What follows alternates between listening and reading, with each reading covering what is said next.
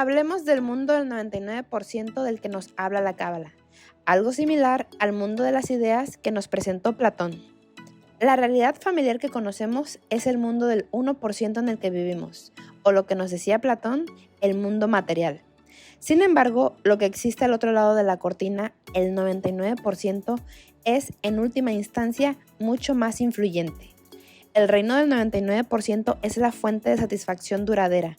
Este es el dominio de la luz. Siempre que experimentamos la dicha de abrazar a un hijo, cuando cerramos un trato de negocios, cuando nos sentimos exitosos y valorados, todos esos sentimientos de calidez fluyen desde el 99%.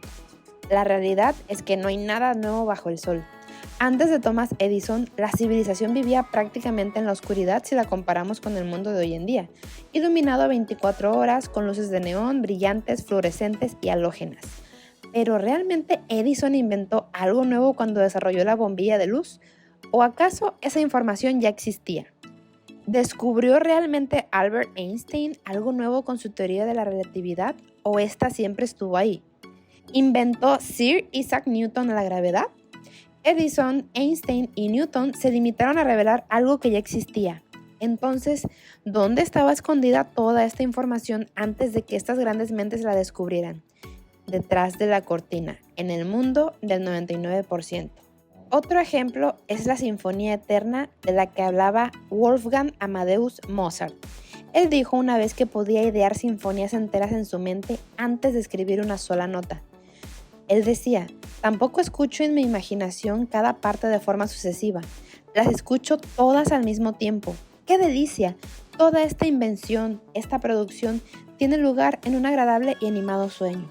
El sueño animado al que se refería Mozart es el que describe la realidad del 99% que trasciende las leyes del tiempo y el espacio.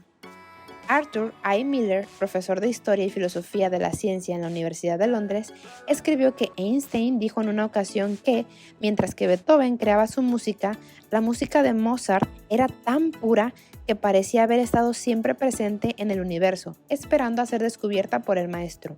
Einstein creía algo similar en relación a la física, que más allá de las observaciones y la teoría se encuentra la música de las esferas, la cual, según escribió, revelaba una armonía preestablecida, exhibiendo asombrosas simetrías. Las leyes de la naturaleza, incluidas las de la teoría de la relatividad, estaban esperando a ser extraídas del cosmos por alguien con un oído receptivo. Einstein, Mozart y otras grandes mentes del pasado entendieron que había otra dimensión espiritual que era la fuente de sus logros. Considera también el caso del químico ruso Dmitri Mendeleev, quien tuvo un sueño inusual en 1869. Dijo Mendeleev, vi en un sueño una tabla en la que todos los elementos encajaban en su lugar como era requerido. Al despertar, lo escribí inmediatamente en una hoja de papel. El sueño de Mendeleev resultó en la tabla periódica de los elementos que todos hemos aprendido en nuestras clases de química de la escuela secundaria.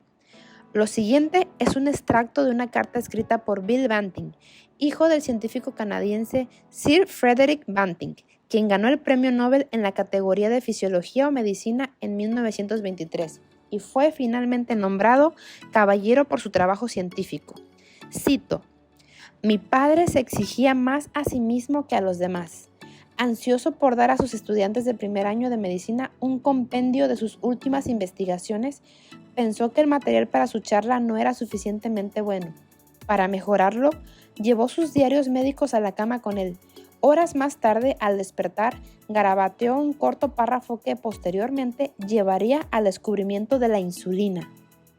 Platón habló del mundo de las ideas, del cual dijo que era el origen y la fuente verdadera de nuestra realidad física, así como de toda sabiduría. Nuestro mundo era meramente una sombra de esta realidad oculta. El físico Roger Penrose escribió en su libro Shadows of the Mind.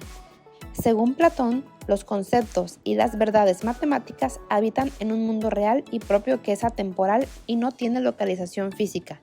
El mundo de Platón es un mundo ideal de formas perfectas, distinto del mundo físico, pero en cuyos términos el mundo físico debe entenderse. Sueños, visiones, intuición, todos son momentos de conexión con el reino del 99%, en el que existe toda la información, la sabiduría, la energía, la satisfacción y la luz. Platón llamó a la conexión con el 99% locura divina. Nicolás de Cusa, el célebre filósofo del siglo XV, lo llamó revelación divina. Mozart lo describió como una ráfaga. El filósofo y matemático del siglo XX, Edmund Husserl, lo llamó intuición pura. Muchos de los líderes de la revolución científica y de ilustración, incluidos los filósofos Henry Moore y Wilhelm Leibniz, estudiaron alguna forma de Kabbalah y estaban familiarizados con el reino del 99%. Tú y yo lo conocemos a través de nuestras experiencias de conexión. Lo llamamos intuición de madre, sexto sentido o instinto. Ahora que tienes una idea de lo que es el mundo del 99%, permíteme compartir contigo el desafío que este plantea. Esto es, ¿cuál es el verdadero problema? Existe un obstáculo continuo en nuestra incapacidad de controlar los momentos de conexión con el reino del 99%. Acceder a esta dimensión de luz es, en el mejor de los casos, accidental y fortuito. Visto desde una perspectiva histórica, parece que solo unas pocas grandes mentes en cada generación fueron capaces de conectar con el 99% para descubrir una pieza de sabiduría que alteró drásticamente el destino de la humanidad. Una vez más piensa en Banting, Einstein, Mendeleev, Newton, Mozart, Moisés, Mahoma, Jesús y Abraham.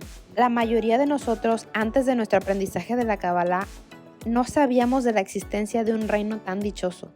Por consiguiente, cuando hacíamos contacto con el 99% en momentos de intuición, creatividad, inspiración, experimentando un milagro, formulando ideas brillantes, etc., pensábamos que se trataba simplemente de la tradicional suerte que caía sobre nosotros.